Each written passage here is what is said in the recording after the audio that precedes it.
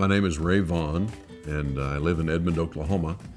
I was at WKY-TV from 1973 to 1976, but I had a little bit of prehistory with Channel 4 in that when I was still a student at Oklahoma Christian University, I decided about my sophomore year that I would like to try a career in broadcasting.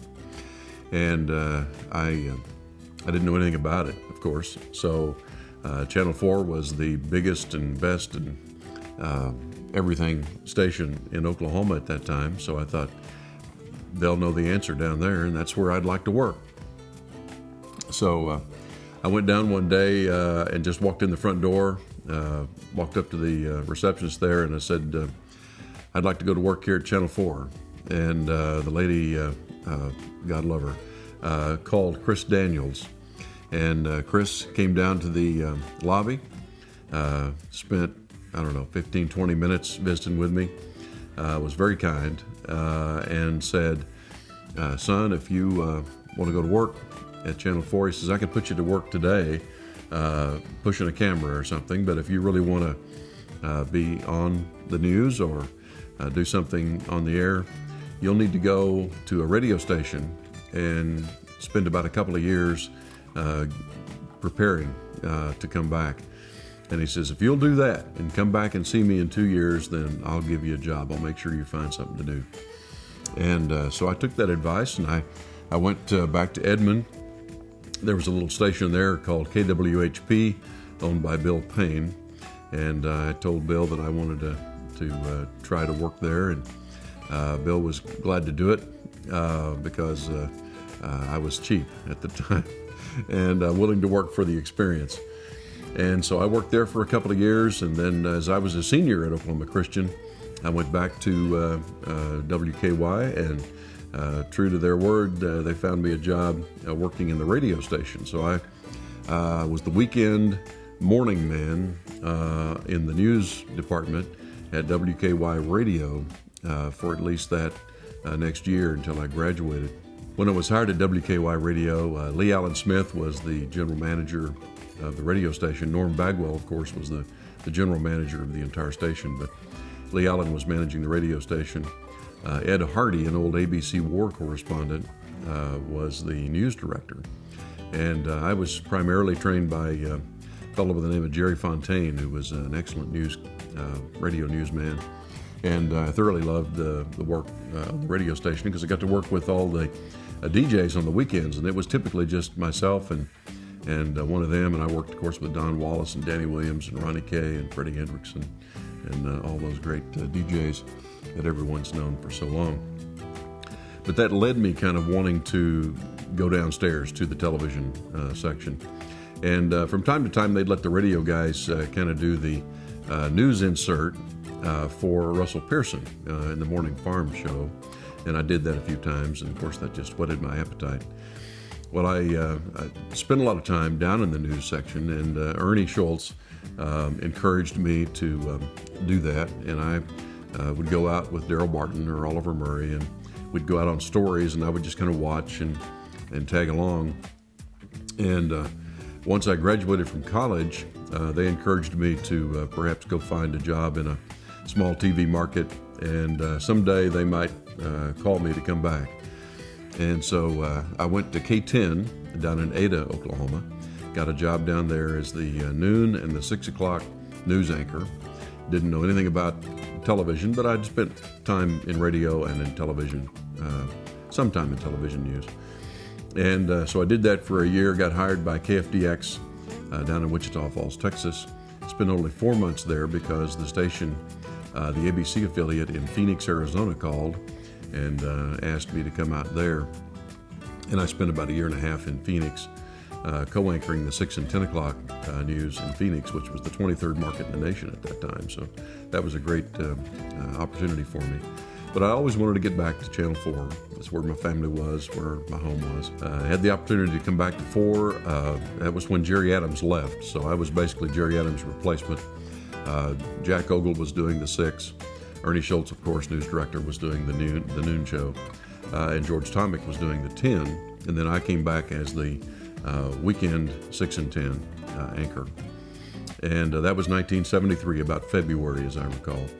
And we had some great people ultimately working on weekends up there. We had, of course, in addition to those that I've mentioned, we had, well, he wasn't working weekends, but Bob Dodson, Charlie Hoff, Daryl Barton, Oliver Murray, Pam Henry was working weekends with me, and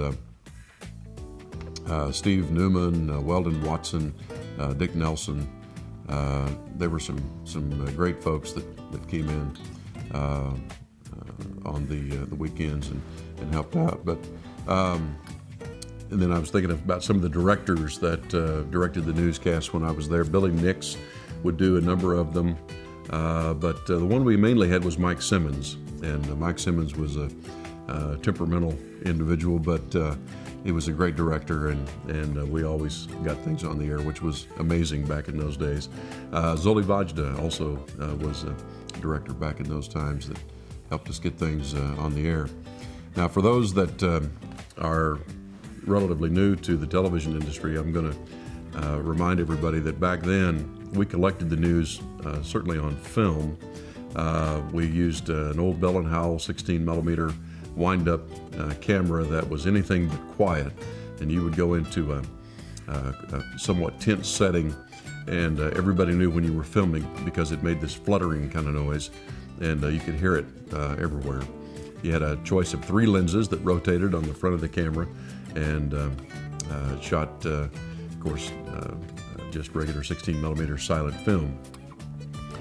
We had the big hulking cameras with the Mickey Mouse ear film canisters on top that we started shooting our sound film with.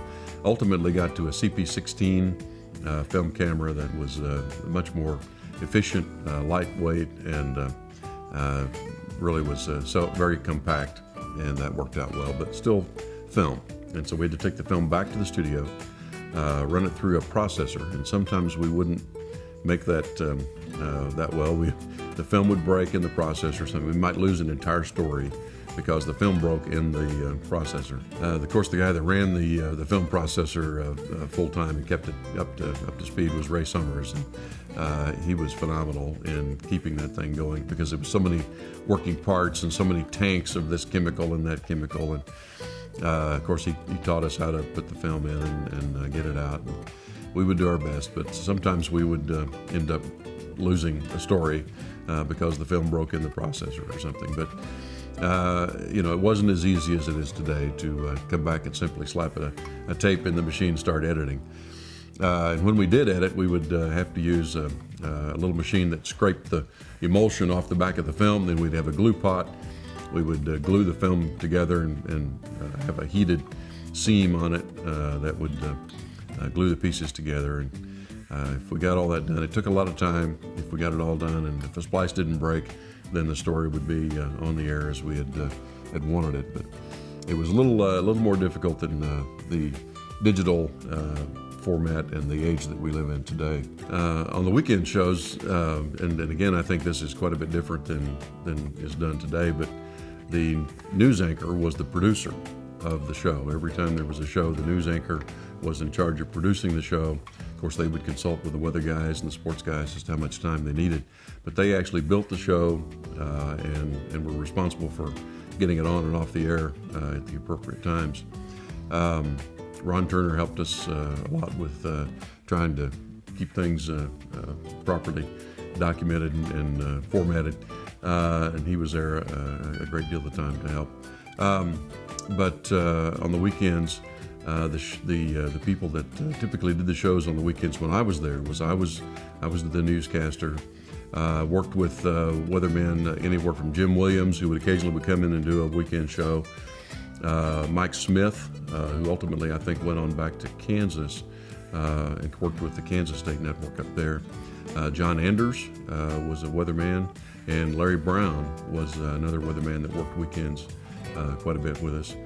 The sports guys were, of course, there was Ron Thulin, who is still doing broadcast today for the NBA.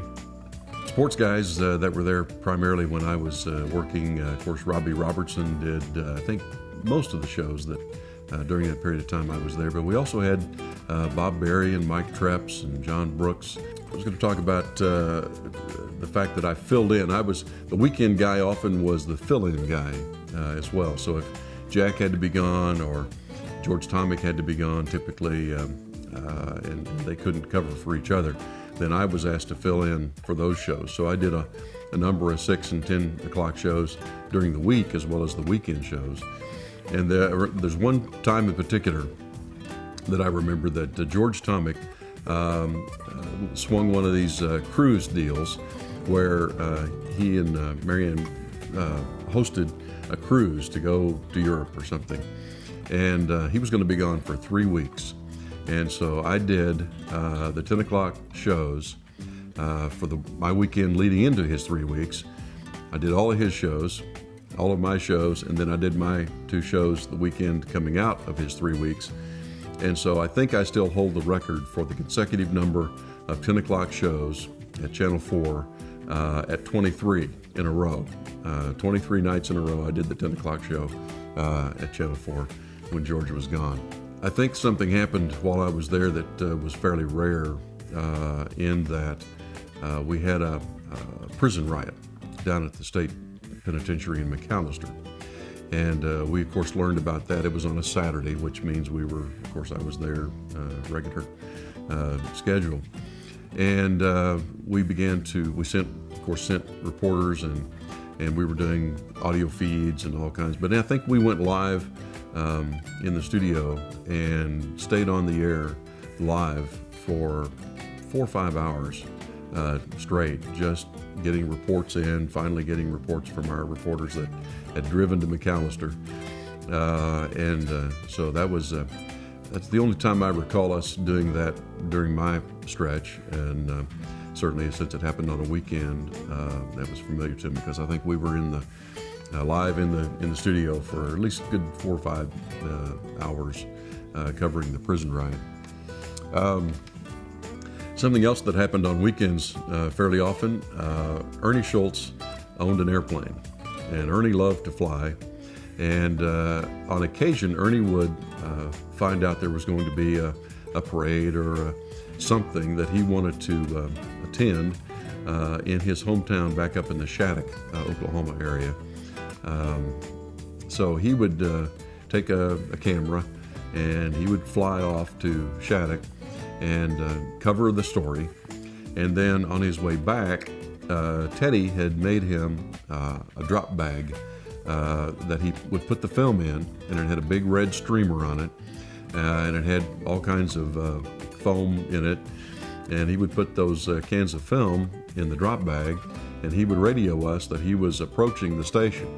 And at one time, there was actually a landing strip immediately to the east of the station, and planes could come in and land and take off. But with all those towers and guy wires and things out there, I don't think it was really a smart thing to do. But Ernie would fly by, and we would run out to that landing strip, that big grassy area, and he would push that drop bag out the window of the plane, and it would fall, and we would go pick it up and run inside, and process the film, and then put the story on the air that night. But it's the only time I'm aware of a station that I've been at where the news director would cover a story, drop it out of a plane, and we would put it on the air. When I started work at the station, we were doing 4 10-hour days. We would work a 10-hour schedule 4 days a week. And so my schedule was Thursday, Friday, Saturday, Sunday, since I was a weekend anchor. And during the week, I would cover things like the Oklahoma legislature, and I would cover other just regular news stories. On the weekends, of course, I had my other duties. But that left me Monday, Tuesday, and Wednesday free. And I had always talked about going to law school, hoping to use that to supplement my reporting career. And so I applied and was accepted to the Oklahoma City University Law School at nights. And the only night that I had a conflict was Friday night because they didn't have class on Thursday. So I went Monday, Tuesday, Wednesday, Friday, and I talked to Ernie about it, and Ernie was gracious and said I could leave as soon as my story on Friday was packaged and ready to go, so because the classes started at 6 o'clock. And so that one night I had a conflict. But otherwise, I went to law school while I was working at Channel 4 and graduated in spring of '76 and continued working at Channel 4 until such time as George Atomic went to the 6 o'clock. And then they asked me to go to the 10 o'clock shows throughout the week. And having a family at home, young family, and I'd done that shift out in Arizona. Really wasn't too excited about. I'm a morning person, didn't want to do 10 o'clocks every night. So I decided at that point it was time for me to go practice law. So I opened a law practice in Edmond and left Channel 4. But I left a lot of fond memories and a lot of great people behind me at that time. One of the stories I did get to cover in '76, though, was the 1976 Republican National Convention in Kansas City. That was the convention that Ronald Reagan was challenging Gerald Ford, who had been succeeded to the presidency after Richard Nixon's resignation and the disqualification of Spiro Agnew. So Ford was president. Reagan was California governor and came in and was challenging Ford, and Ford actually got the nomination and then was defeated by Jimmy Carter. But it was a great convention to cover. The way we did it was we had a photographer and myself there at the convention, and we would shoot interviews in the mornings, and then we would take the film out to the airport in Kansas City, fly it back to Oklahoma City. It would be picked up at the airport in Oklahoma City, processed. I would write a story, phone in basically the script, and somebody would edit the film, and we would run the story then that evening on the evening news with a local twist to the national convention, which was, again, a very good opportunity for us. One of the things I remember, too, is the election coverage, of course, that we had. Back then, it was pretty primitive with, you didn't have a lot of electronic things you could pop up on the screen other than your regular Chiron or you could use a chroma key or something. But, I think things were pretty basic with the news desk and people feeding information to you, with this just in type comments regarding the numbers being called in from the county election board. But obviously the election was something that was most important to Oklahomans, and Channel 4 was right there in the middle of it, of course, when they occurred. Something else that was very prominent, as if you've been around the state much at all, you'll know, is the weather coverage. And I recall on weekends, weather was certainly a big part of what we had in the spring. I recall several times we covered tornadoes. I remember going to Tulsa with Daryl Barton one time that an F5 actually had a housing addition up in the Tulsa area, and basically there was nothing left but the slabs of concrete in that addition. And I don't recall any deaths or anything, but it was obviously a significant weather event. The other one that I remember so well is a tornado hit the town of Chickasha and did quite a bit of damage. And then not long after the tornado went through, it began to snow, and it left about 2 inches of snow on top of the damage from the tornado. And that happened to be a Sunday. And the NBC Nightly News program got wind of it. That being a very rare weather event, we had, of course, all the video, but we didn't have an opportunity to feed the program or any stories to NBC because of the programming that was being run at the time. And so I actually had the opportunity to get in the announce booth, and we did a live feed on the lead story of the NBC Nightly News that Sunday, being the tornado damage in Chickasha, Oklahoma. And so that was the only time I ever did a live feed for network news. But that was certainly a good memory. Speaking of weather, Jim Williams used to tell the story that he was on 4, of course, the consummate weatherman. Always drew those isobars all over the maps. None of us knew what they were, what they meant, but by golly, they looked professional. And he was on course against Gary England, and I think Fred Norman was over at Channel 5. And one thing that Jim and Fred used to talk about was during these tornado outbreaks, they really hated the fact that Gary would just stay on the air forever and ever and ever, talking about the watch zones and all of that stuff. So they never could get to go home. They were ready to go home. The storm was past, but Gary was still on the air, so they had to stay on the air. So very competitive market back then, and that really helped things out a lot. One of the other things I got to do, I think for the first time in Oklahoma City, was, and I had done this out in Phoenix, but we had several high-profile trials, and because I was in law school, I was kind of a natural to go and cover the trials. So I had the opportunity to cover both the federal corruption trials of Governor David Hall and State Treasurer Leo Winters.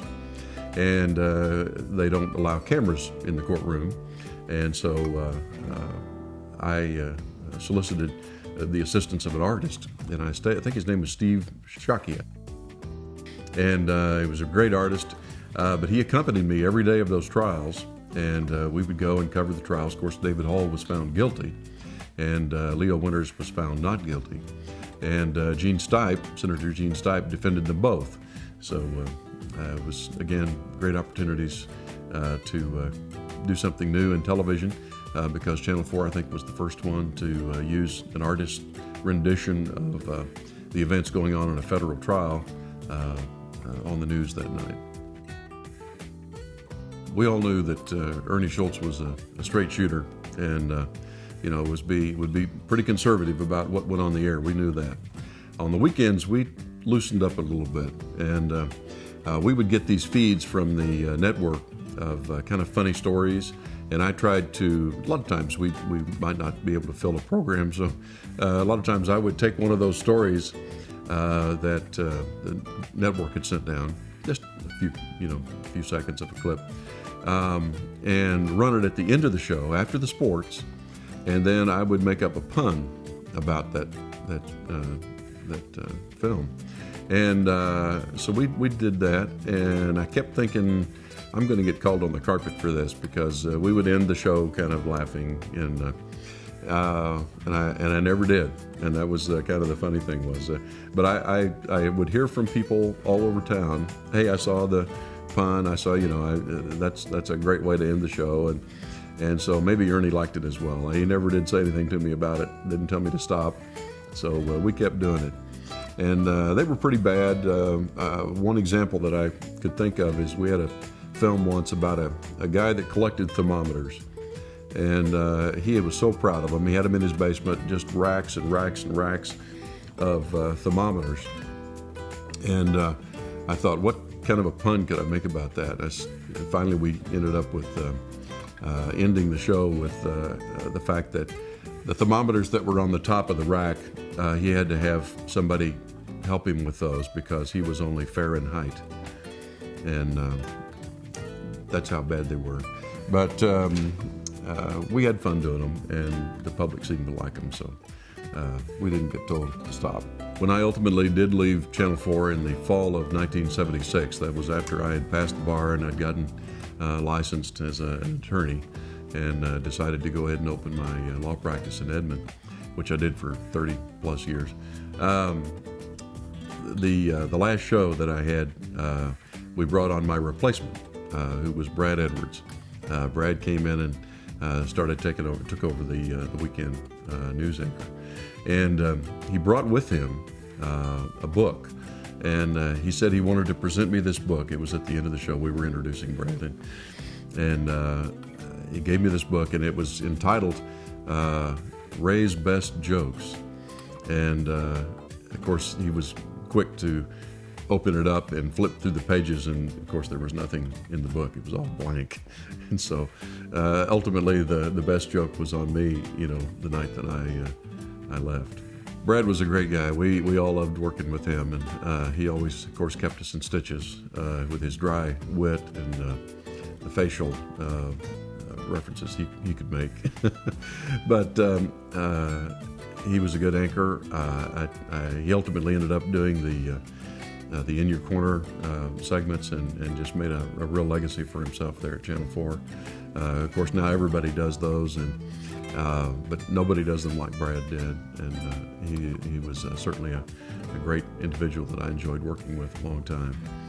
Working at Channel 4 was one of the greatest things that I think, the opportunities that I've ever had. It prepared me, of course, for doing a lot of other things, practicing law. Served in office now. I've been elected 10 separate times to public office in the Oklahoma State Legislature.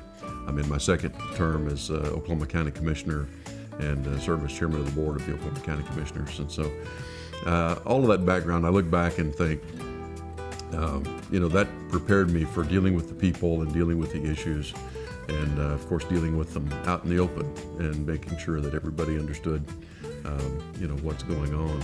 And it's enlightening to me and satisfying to me to see how many people come out of the broadcast industry and continue their service to the public in either an elected office or perhaps in a public relations position as a spokesperson for a major entity in the state.